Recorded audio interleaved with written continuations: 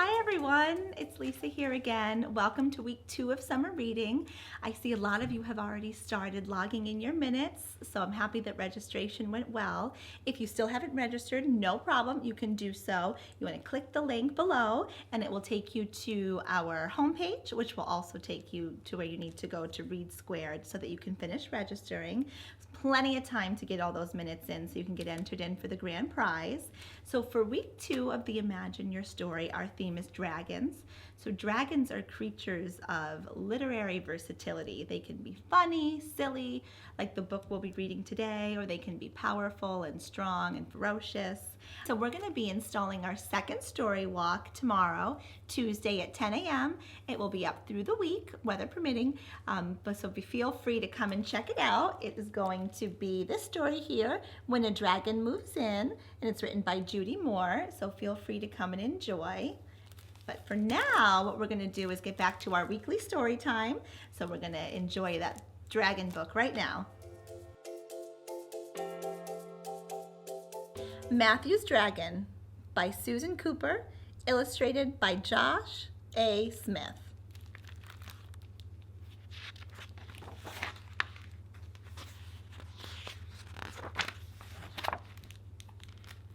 Matthew's mother was sitting on his bed, reading him a bedtime story. She had just turned the last page, and so the dragon flew back to his castle and pulled up the drawbridge and went to sleep, she read. She held up the picture of the sleeping dragon to show Matthew and closed the book. Just one more, said Matthew hopefully. All of his favorite stories were about dragons. His mother said firmly, tomorrow. She put the book on the bedside table and tucked him in. Good night, Matt. Sleep tight. Matthew sighed. Night. He snuggled down as his mother kissed the top of his head and turned out the lamp. The door closed behind her. In the dark room, Matthew shut his eyes, and then he opened them again. He gasped. The cover of the book on the bedside table was moving gently up and down, and a green light was shining out of the pages. Very cautiously, Matthew reached out his hand from under the blankets, and with one finger he pushed up the cover. As the book opened, the green light flooded into the room, and from the picture on the last page, the dragon sat up and grinned at him. I didn't go to sleep, the dragon said in a surprisingly deep voice. He was a small but extremely beautiful dragon. Matthew recognized him instantly. His skin was bright green, the scales on his back and tail were golden, and his eyes shone red as rubies. I don't want to go to sleep, the dragon said. Do you? Matthew stared at him. No, he said hastily. Oh no, I don't, not at all. Come on then, the dragon said. He reached out one shining golden claw. Matthew pushed back the blankets, and suddenly he was as small as the dragon, standing beside him on a sloping white floor that was the page of the book. Dazed, he took the outstretched golden claw, and the dragon swung him up so that he was sitting on his back, between the handsome gold-crested head and the curving green wings. Hold tight, said the dragon, and he took off from the bedside table and glided to the windowsill, where Matthew's mother always left the window open a few inches to let in fresh air. Outside the window, Matthew could see a silvery curved bridge stretching into the night. It arched through the air and down to the ground, glinting in the moonlight. It's your drawbridge, he said. Get off my back or you'll bang your head, said the dragon.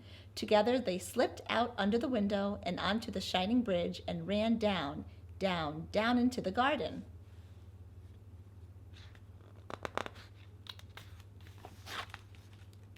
When Matthew looked back, the bridge had disappeared. All he could see was the big full moon high in the sky above the dark shape of the maple tree that grew out of the lawn, and all around him, enormous blades of grass wider than his hand and higher than his head. Now that he was a very small person, it was not so easy to walk across the lawn. Come on, said the dragon. He pushed boldly through the forest of grass, and Matthew fought his way after him. Dragon, where are we going? For a little bedtime snack, the dragon said happily.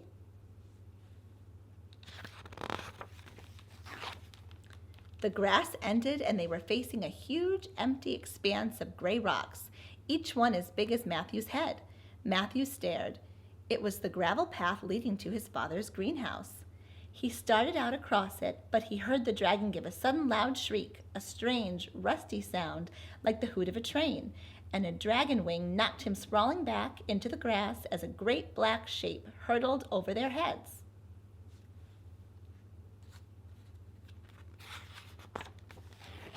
Quick! The dragon pulled him to his feet and they ran, stumbling over the gray rocks. Quick, quick! Matthew tried to look over his shoulder, but the dragon pulled him sideways through a thin black gap between two towering white walls. The black cat chasing them, big as a horse, crashed into the door of the greenhouse and snarled with rage. Matthew and the dragon were safe inside the greenhouse. The door was open just a crack, just enough for them, not enough for the cat. The dragon said cheerfully, "He thought we were his bedtime snack. Well, we're not." "That's the cat next door," Matthew said. "He's mean. I saw him catch a bird once and play with it like a tennis ball, and then he killed it." "Come on," the dragon said. He took hold of a strand of ivy dangling from the greenhouse shelf and began to climb up it. Matthew struggled up after him, and when he got to the top, he found the dragon perched triumphantly on the edge of a large flower pot. The pot held one of Matthew's father's dwarf tomato plants, his pride and joy. He had grown 6 of them, all standing in a row and all covered with delicious little cherry tomatoes. "Snack time," said the dragon. He reached up a claw and picked a bright red cherry tomato, which to Matthew now seemed the size of a large grapefruit. "Excellent," said the dragon with his mouth full of vitamin C, good for the wings.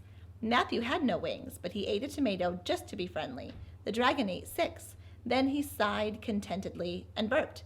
"Any sign of the cat?" he said. Matthew peered out of the moonlit garden. It was much larger than usual, but empty. Nothing moved. "All clear," he said. They climbed to the ground again and slipped cautiously out through the greenhouse door. Matthew breathed the cool night air. He smelled honeysuckle. But although Matthew couldn't see it, the cat was still there, fat and greedy, light-footed and sly. It lurked on the edge of the greenhouse roof, watching, waiting. It saw their moving figures. The dragon looked prickly. It decided, but then the other one looked smooth and tasty, a very nice mouthful, like a large mouse. It leaped. Matthew shouted in terror as the driving black shape knocked him to the ground, trapping him under one fierce paw. He was caught. He couldn't move. He stared up horrified into the gleaming yellow eyes, the grinning mouth full of pointed white teeth. The cat crouched, triumphant, gloating. First it would play with this creature, like a tennis ball, and then knocked end over end. But by the cat's jump, the dragon turned a final somersault and landed on his feet. He stood still, watching the cat. His eyes began to glow, red as cherry tomatoes, and he took a deep, deep breath, and he began to grow. He grew and he grew, as big as the cat, as big as the greenhouse, as big as the house. He towered over the garden. His great shape darkened the sky, blotted out the moon. He was so huge that neither Matthew nor the cat knew he was there. Lying terrified between the cat's paws, Matthew knew only that a great golden claw came down out of the sky, hooked itself into the belt of his pajama pants, and lifted him upwards. The cat arched its spine, hissing. The dragon swung Matthew up onto his back to sit on his scaly neck between the handsome gold-crested head and the curving green wings.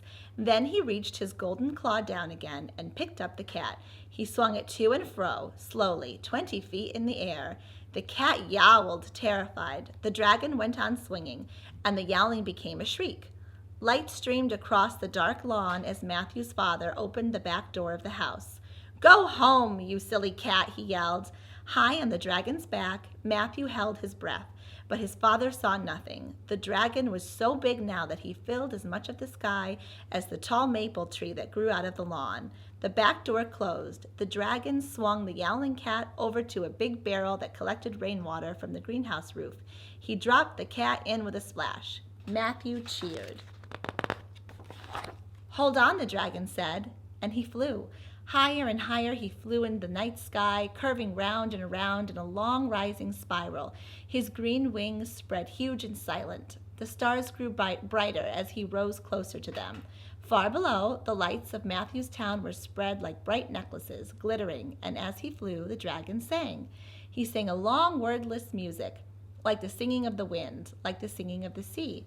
Matthew clung to his gold-scaled neck and listened in delight, and gradually he began to hear other voices, faint, growing, joining in.